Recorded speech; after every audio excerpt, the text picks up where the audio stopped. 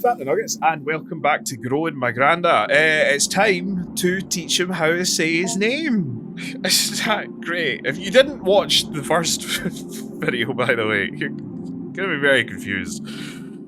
I still am, and I played the last video. Okay, let's teach you how to say Grandpappy.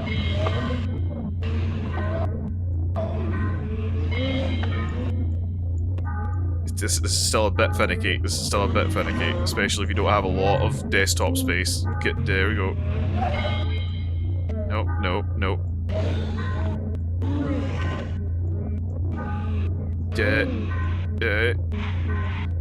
Come on, yep, come on. I really need to ignore the noises that Grandpa is making and focus on hearing the wee dings. Nope. I didn't like that uvula. That uvula's bad. Didn't like that one.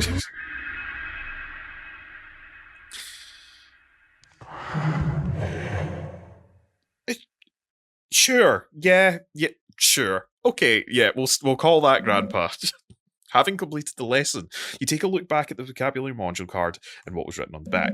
Grandpa, park with vocabulary, blah, blah, blah, blah, blah, usual trouble with articulation, voice thin/raspy, possibly underdeveloped larynx, or just doesn't have one, probably. We've done several sessions of what we're calling familiar relation stimulation. That sounds like a court case in its own. I and a co-researcher sit in chairs opposing the enclosure. We are wearing the usual masks. And we begin to act out a scene, mostly through improvisation, and we might roughly resemble a kitchen table conversation between an immediate family. Repeated trials would reveal although our simulated conversation was purposely vague and unspecific regarding persons' identities, so we can only address each other as brother, father, sister, etc., it soon became apparent that the encoded information and association we subconsciously draw upon from hearing and speaking these words was being picked up on by Whiskers and its psi-type field of reception/interpretation of brain/mind events/somatic content. The co-researcher William noticed this was a simulation where Whiskers was given the role of a sister and he was the brother, I was the father. Whiskers began responding to certain prompts with unusual specificity as well as a general pattern and timbre of speech that continued with, oh, is this the guy that brought in the picture of his sister? As soon as the simulation ended and we left the enclosed area, William let me know that Whiskers was almost certainly drawing from an encoded memory of his late sister. Mapping out exactly what regions and centers of neural activity are intercepted by the psi-type field will take extensive neural imaging that we do not have here on site. Currently, we only have a less precise portable equipment. However, our experiences so far are eerily in line with the folk knowledge and folk explanations regarding the being's access to desires, and we can begin to infer it has access to certain portions of the limbic system and the virtual temporal cortex. So, Grandpappy is going to be formed real soon. You step away from the bars and store the module card. Away. Okay, so now I can have a chat. I don't want to give you this. I'm gonna save it, and then, you know, if things go awry, actually, can we communicate? Oh no. The answer is yes. Grandpa has seen the student request. It approaches the bars and begins to unknit its skin. Thanks.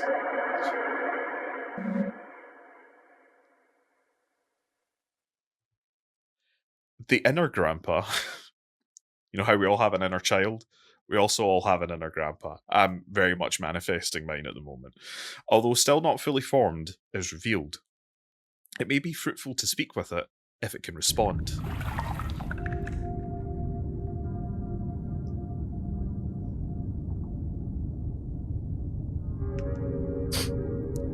Anyway, we've got a few talking points. Ask about Wish. Do you work at Wish? Do you know when my very cheaply made fake Converse will be here? With a great deal of effort, Grandpa gurgles fragmented thoughts through his ill-formed lips. Oh, Mother, well, Father. New lives out of the air. The dark, spiny filaments that make up the majority of Grandpa's body begin to oscillate rapidly. The air behind your eyes. I can taste it. Good. Thank you, Grandpa. You know, if your grandpa ever starts saying shit like this, it's probably time to put them in a home or get them round the clock care or, you know, accidental trip down the stairs. Skin, my body. All human skin around me. Give more. Get more to fit. Yep. Do you remember the bin? It's just like asking people if they remember the womb. However, it fails to produce more than a wet and frustrated sputtering noise. Bye, Grandpa. Grandpa silently ascends back into its shell.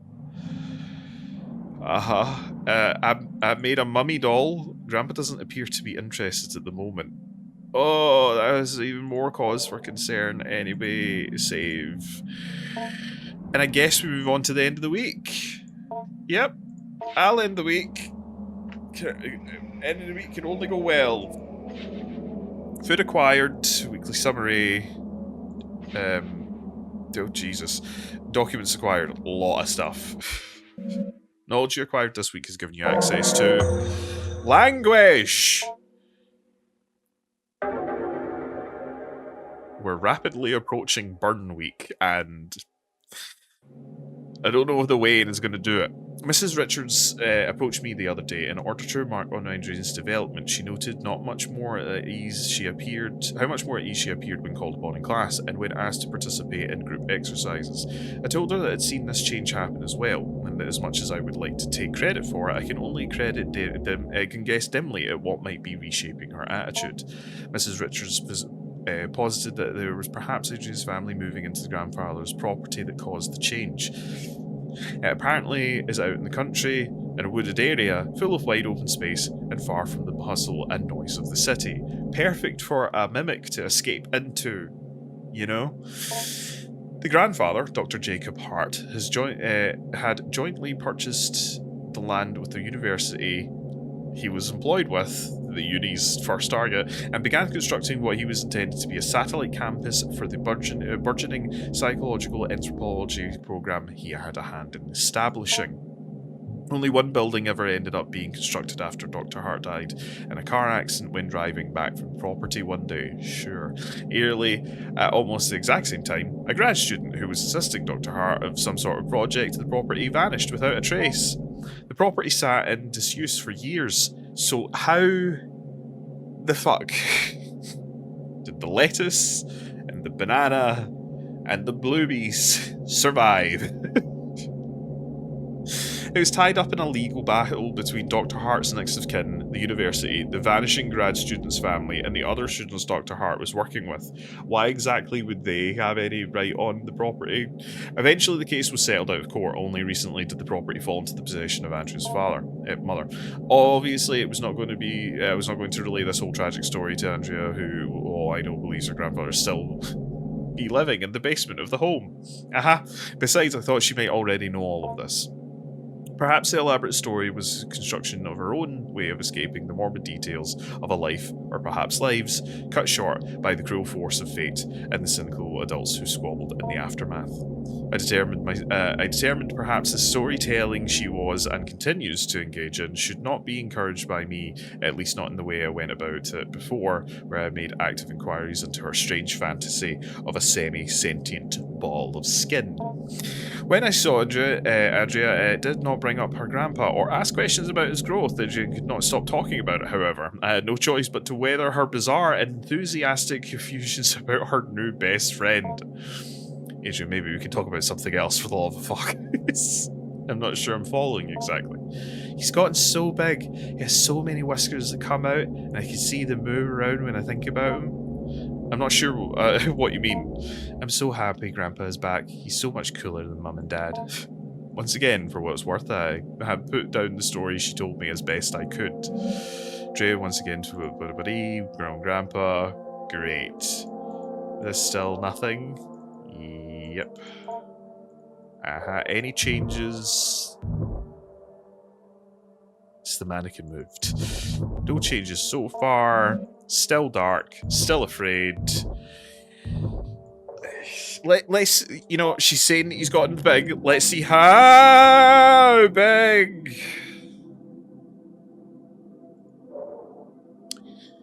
Grampy need 3 food now.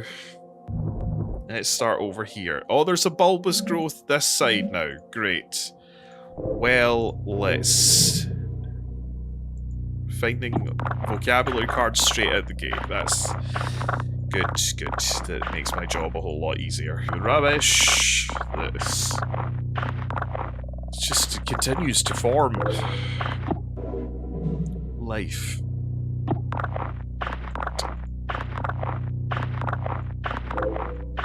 Coconut? Potato! Now that could survive. The totty is a hardy thing. Kiwi. How? We'll never know, but it's here. It's here now. It exists. Sorry. 4-year-old kiwi is now going to be fed to the burlap sack that I call Grandpa, alright? Just something that we all need to learn to live with. Okay, Grampy, food acquisition was a lot quicker today. Oh, wait. Do I need... Is stuff in? How did the pear get there? How did the strawberry get there? You tell me who's insane. Huh? Me or you, huh? Study, because there's filing cabinets that need to be cleaned out again. Let's prep some yummy fiberglass in the pear. And make sure we don't use the potato in case we have other yummy foods to give to Granda. A fucking barf everywhere. Alright, here we go. Do you like the smell of the pear? Goody good. Nummies. And then barf on the floor for me. If you could vomit up like a kitchen knife or something so I could go pop those zits outside. That would be grand. Scissors will do. Bit rusty, but still perfectly usable. Well, guess whose day it is? Oh, it's now possible to take a look inside. Oh, good. You peer into the small opening created by your incision. It is in the oily cavity. Oh. Powerful smell of rot arises, and many small increate beings lay motionless in the... Oh no, this is the things. This is the... Oh, however, you just barely hear the near silent slithering of something, or maybe it's just your imagination. Oh, there's... Yeah, there's like kinda faces. Oh...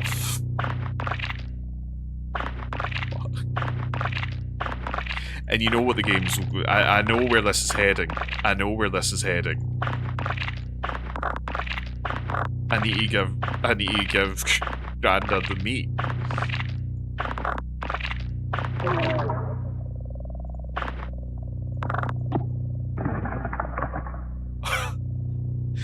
Anthropoid Remnant 1. A self-sufficient animal form knit together for years of ambient thought left to crawl around the basement. Grandpa may enjoy the flesh. Oh no. Little friends. Well... You know... I don't want Grampy to not have any protein in his diet. Yep, Remnant 2. I think that's it. We'll need to wait till tomorrow to see what new things arrive. Okay. Let's give it another save, alright? you know, you're not meant to feed the mogwai, Grandad, after midnight. Don't feed it meat. Why don't we just feed it a little bit of meat? Oh, a wriggling human-like grub. Seems excited by the fresh smell and oh, here you go, Grandpa. Nummy nums. The meal appears to have been particularly well received. Your offering of flesh stirs something within Grandpa. From within the folds of its skin, a wiring proboscis-like appendage begins to emerge. It may be worth taking a look at this after the feeding. Knowledge you've recently acquired. Proboscis. Okay, that's enough meat for you for today. Let's maybe examine your proboscis. Examine proboscis. This is how people go to jail. You motion to Grandpa to approach and point to the thin protuberance. Grandpa silently ambles closer to the bar and fully extends it towards you.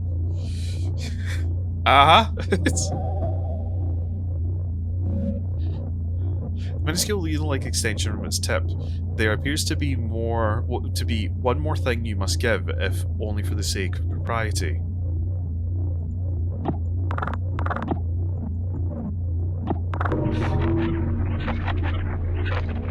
Oh. Uh-oh.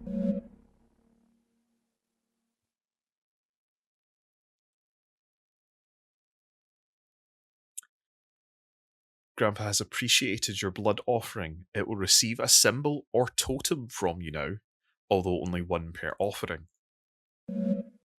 As the blood-fed proboscis retracts back into the folds of the fabric, you step away from the bars.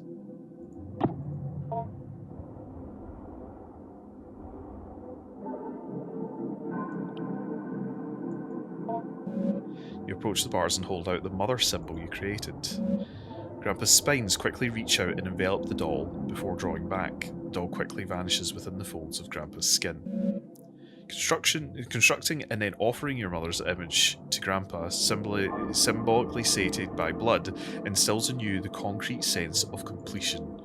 Grandpa gives you a soft, affirming grunt as it senses deep within your mind the ritual transformation of your desire, although Grandpa must receive both a mother and father totem before the fulfillment of your wish is assured. Oh no. You know what I said? Oh, let's make a whole family.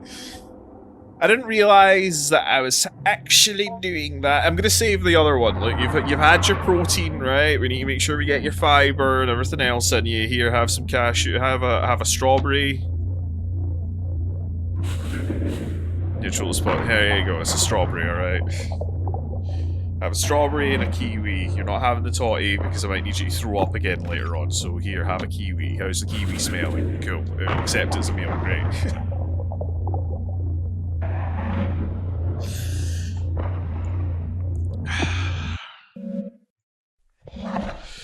We're accidentally making a mum and dad. Cool, let's time for some words. Let's learn how to say indecision. You can do it.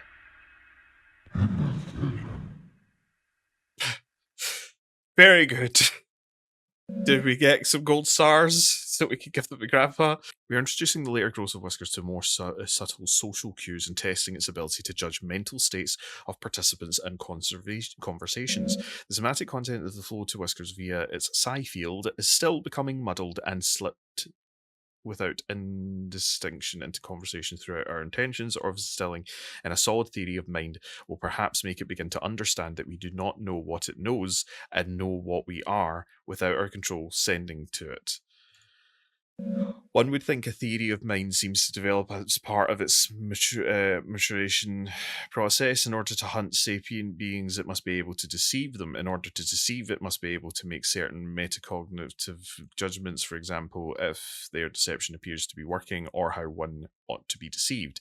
We may never see it develop a theory of mind anytime soon, as Dr. Hatter has disallowed a cycle of whiskers growth to live into the beginning of maturity. You step away from the bars and store the card. I mean, it seems like Dr. Hart was, you know, maybe right, and let's not let this thing get to the stage where it can literally prey on us. Come on, Grandpa, you can do it. Life. Yep. At week 3 of growth, number 24, Whiskers appeared to recall some information from a previous growth cycle. We cannot be sure that this was really the case. For all we know, what we interpreted as a recollection, this information was really drawing somatic content from one of our recollections of it and redeploying it without rationality or contextualization. For the sake of our safety and for the sake of the scientific inquiry we are attempting to draw out of Whiskers, whether it somehow retains knowledge from previous cycles and its morphophalic nucleus, we did not think it was possible the nucleus, though complex and incredible in its regenerative abilities, was capable of this, and that the nerve network that grew from it made up the base of Whiskers' mind. And so we are now attempting to ask Whiskers, as best we can, if it has ever died or what it might remember it if it did. Great. Explore the basement. Empty the stomach. I think I did all those things. I think I've explored the basement as much as I could physically explore the basement. Okay. And now let's communicate, I guess. Let's see how Grandpa's doing. Lovely. Wait, can you talk better now?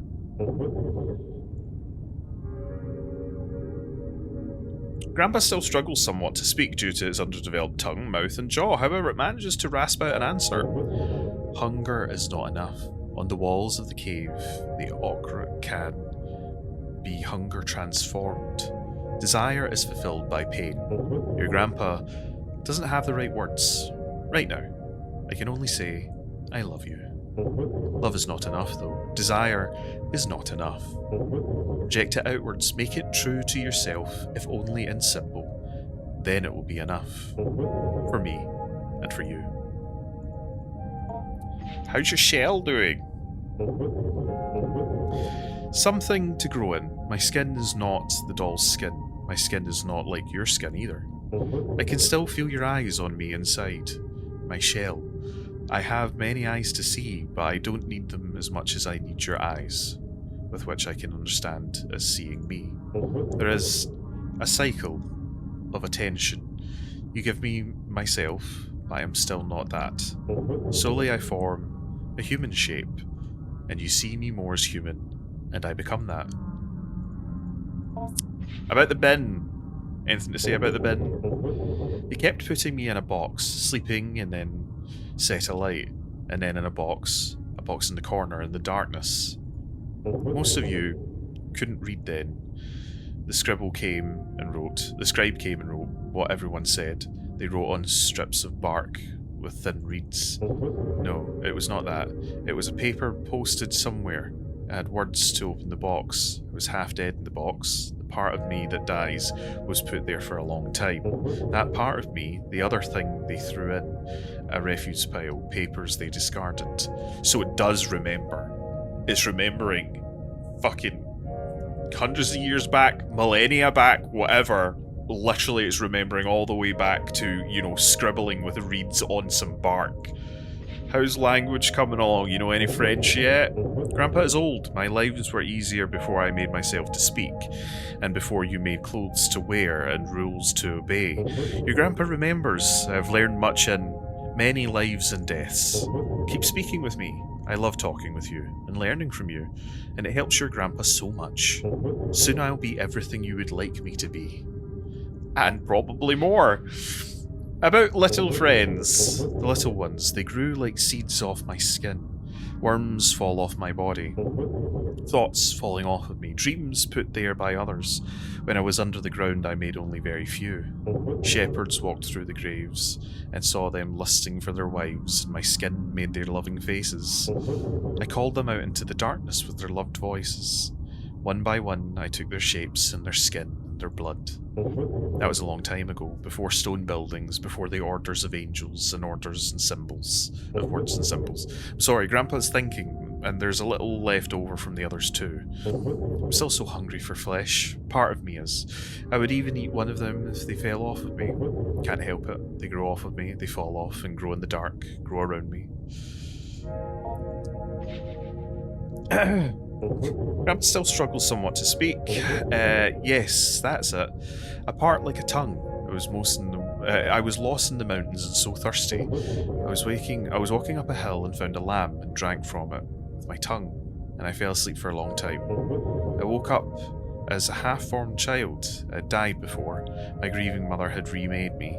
She made it a contract, and she compelled it. I do not remember more.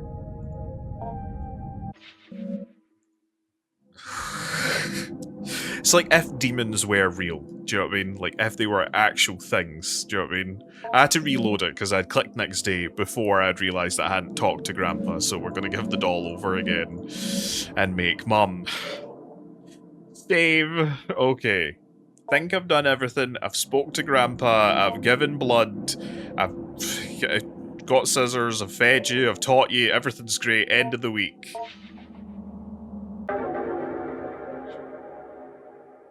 The time I've spent compiling an evaluation on Adrian is almost up, and I still can't say what to make of her changes in mood. It is, of course, the case that children of Adrian's age are nowhere near finished learning and growing. Much like Grandpappy. I may have to simply be happy that Adrian was able to improve her attitude. However, something as odd and occasionally grotesque stories she continues to bring up to me still strike me as meaningful. How has your week been, Adrian? Grandpa is almost ready. He's almost finished. Well, sort of. Ah. He's almost as big as the shell now. He has a face, he can talk pretty well, and almost has legs. I see. As before, I put down the story she told me as best I could. Okay. Still nothing here. Still just trash pile. So I'm thinking we need, like, bar soap. Fantastic. We need to clean up Grandpappy. So I'm thinking we give the bar soap, and that will allow us to get something else off of Grandpa, which is usually helpful to our discovery of things. You peer into a small opening. There's not more, is there? However, you can build here. Is it just your imagination? There's not more. Surely not.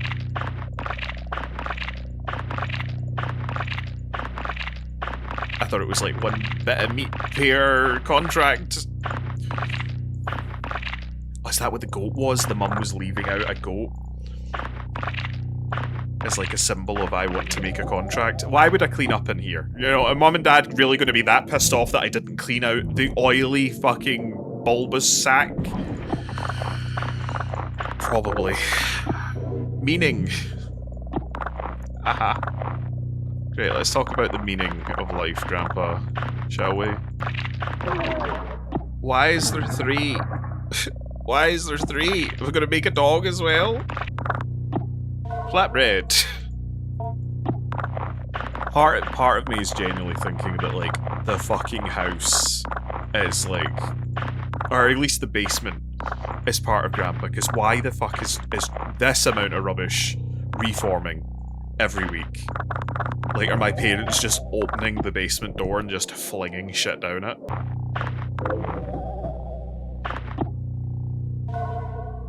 I mean, that's the most logical bit of food that we found. Of all the food that we've found down here, the mushroom makes the most amount of sense.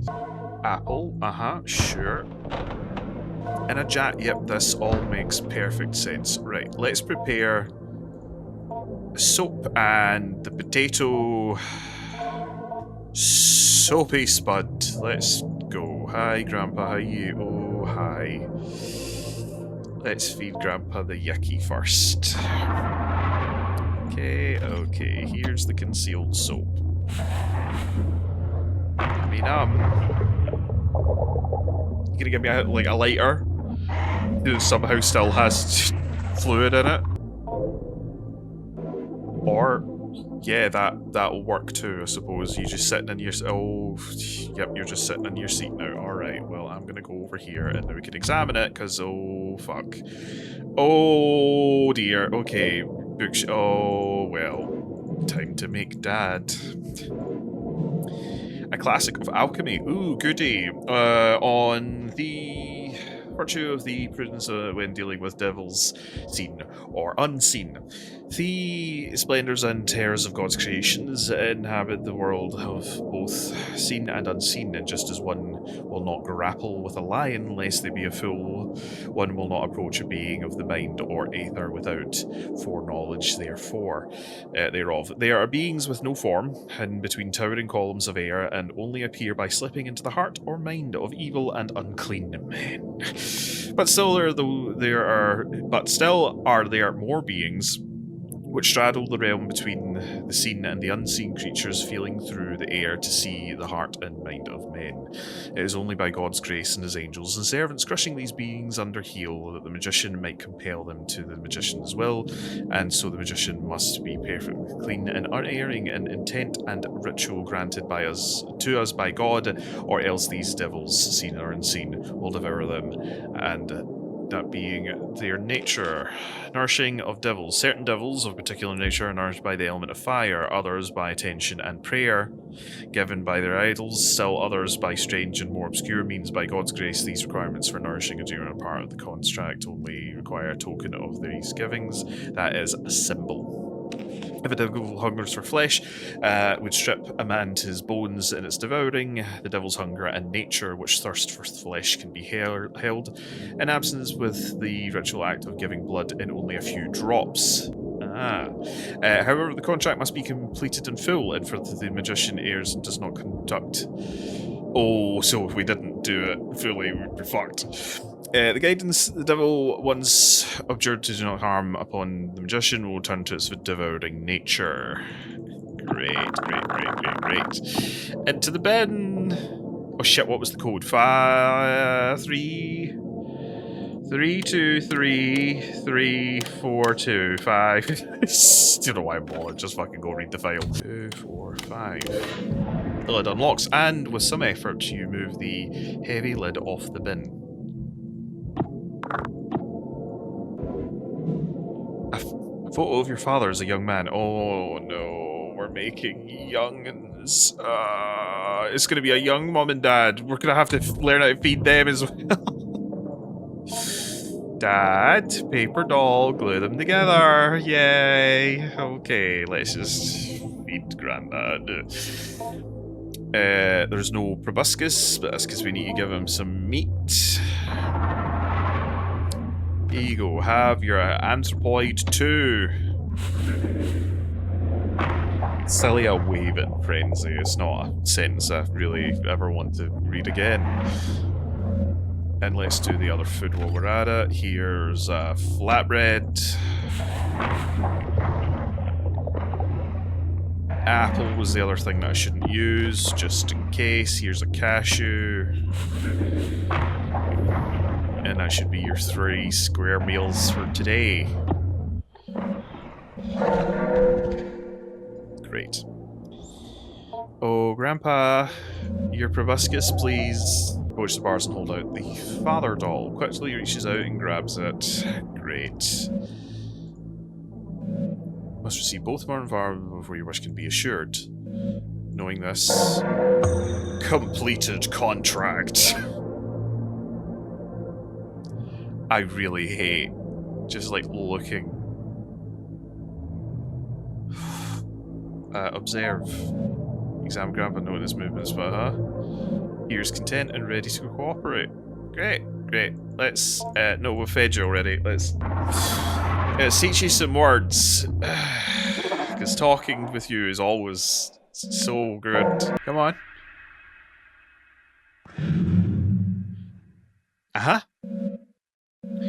We further delve into the abstractation of whiskers partially, or perhaps the most part, for the purpose of determining the origins of its recollection that precede its death.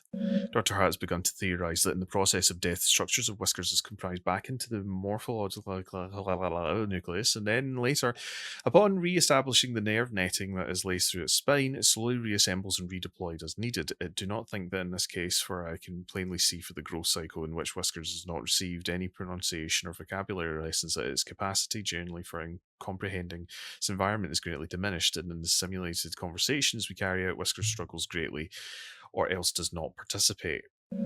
In any case, we will press on with our lessons and heed Dr. Hart's caution regarding terminating the growth cycle before Whisker's allotted time growth passes, as it appears to become just a little too competent at appearing human.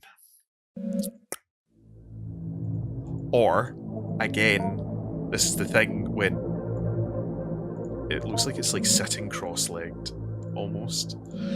Or again, it could be falsely pretending it doesn't know how to fucking speak to lure you into fucking death. Now we can do this one. Symbol. Correct. This is great. There appears to be nothing written here, or if there was, it was thoroughly erased. That's not worrying at all. Time to chat. Granda. Oh, good. About my wish. It's got glasses.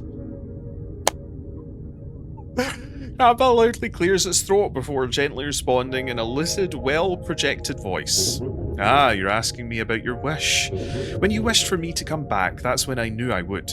Your desperation was strong, and your wish to your parents, well, if you give me what I want, I'll give you what you want. You know I love you. I am for you whatever you want, and I love you just as much as you love me. But desperation and love is not enough. People deep down know they can't get what they wish or without some transformation. There is something that sits at the root of everyone's soul that understands the separation between them and eternity. You may desire something, but you know you will not get it without some movement on your part. So it's not enough to just wish, which you know will not work. You must wish and a little more to transform your intention into something that might or desire to become reality. Are we talking about manifesting destiny here? Are you about to sell me a course on how to wake up at 6 in the morning, make my bed? Ah, you're asking me about my shell. Oh, well, you see, again, are they going to do... Ah, you're asking me about blah every time, like, showing that it is understanding it, but, like, people don't talk like that normally. Oh, well, you see, I like to have something to grow in, something shaped like a person. It just helps to have something surrounding me when I don't have skin. My whiskers do the growing. My whiskers, yes, you know, the hairy little things.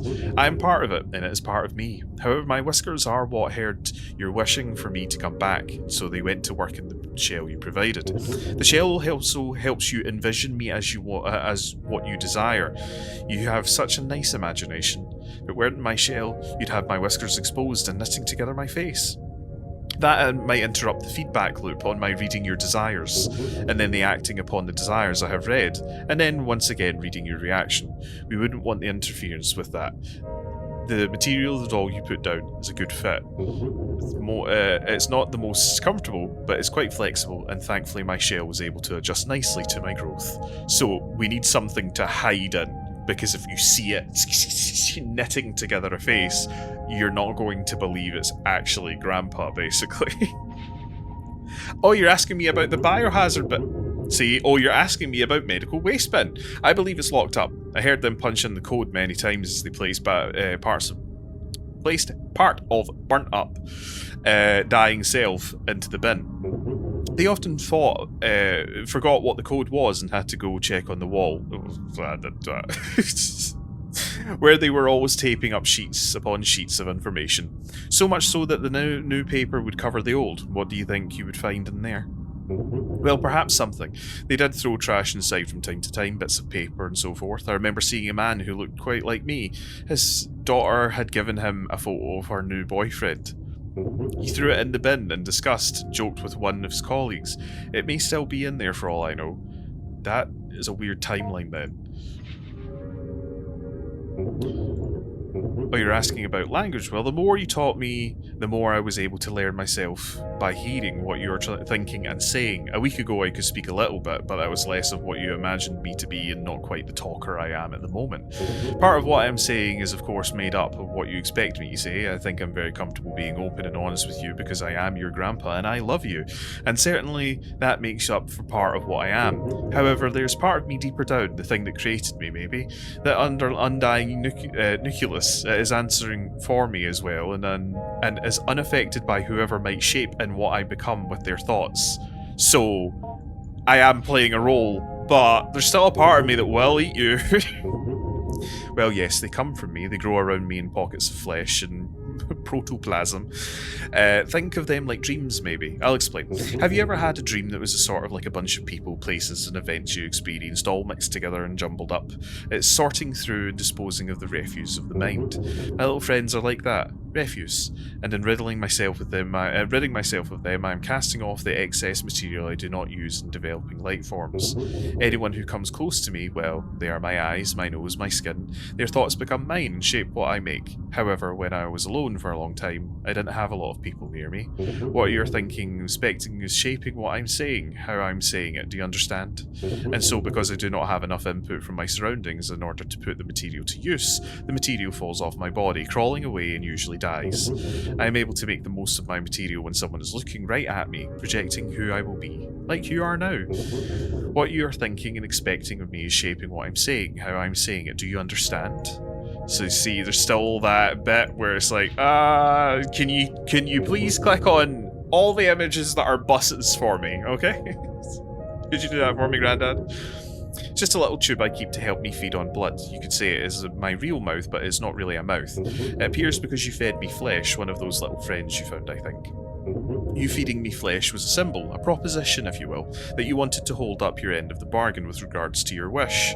If someone is willing to hold up their end of the bargain and let me feed on them with my proboscis, then they can move on to the next step of the agreement, providing me symbolic instructions.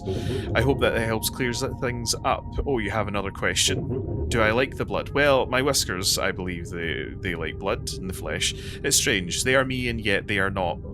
Now me. I think you meant not me. I am bound to them, they control me, and technically yes, they did make me. However, you were the one who really grew me. In some ways, those whiskers, they are me, or a part of me, or I am part of it. That part is much more animal-like. Whatever might happen, know that I will always love you, and because it controls me, I might not be able to act how you would like, even if I do love you.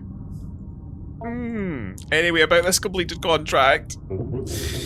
Thank you so much for completing the contract. The only thing that hasn't been, oh, you're asking me about the contract. I'll definitely help you out with your parents. Just give me a little time and I'll be ready to act. I think you'll be very happy. Your grandpa is very happy too.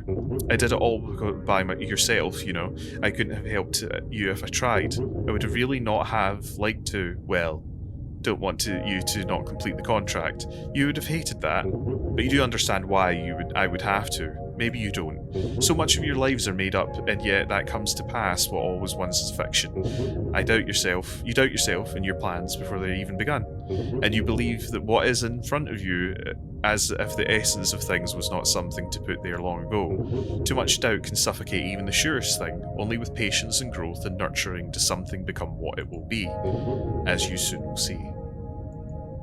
Anyway, bye! Silently ascends back into the shell.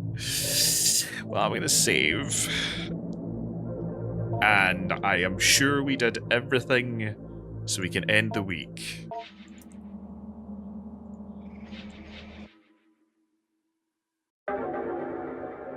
We're doing a naughty!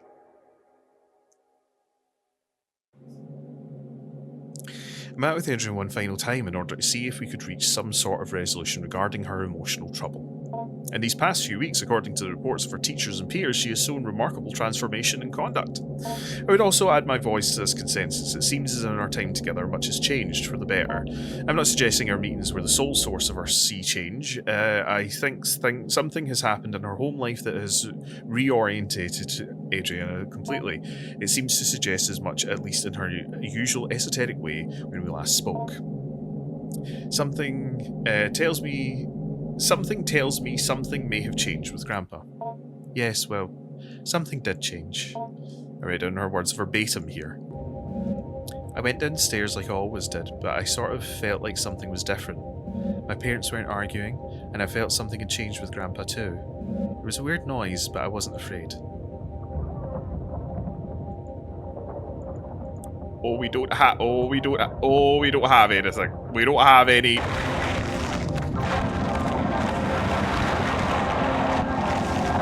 Oh, it's a nuke. Mom and Dad.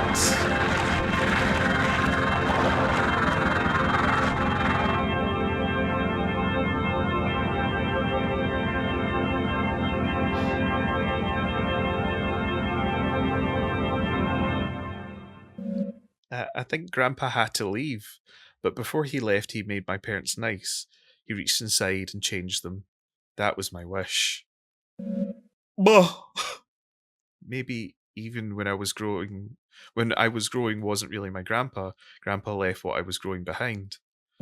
He's gone now. He moved quickly out to I don't know where, but I always love him. I dismissed Adrian soon after, letting her know it was a pleasure getting to know her. Despite my apprehensiveness about the speed of the turnaround she has made, I cannot see any reason why Adrian shouldn't be considered for further evaluation. And as the counsellor for Adrian, let it be known that I believe she is of sound mental and emotional health.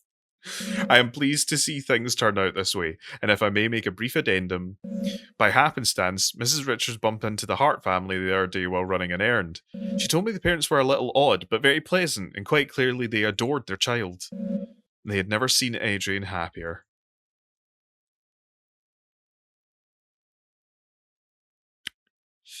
So, happy ending? There are two endings to Growing Grandpa. You got fulfilled contract ending.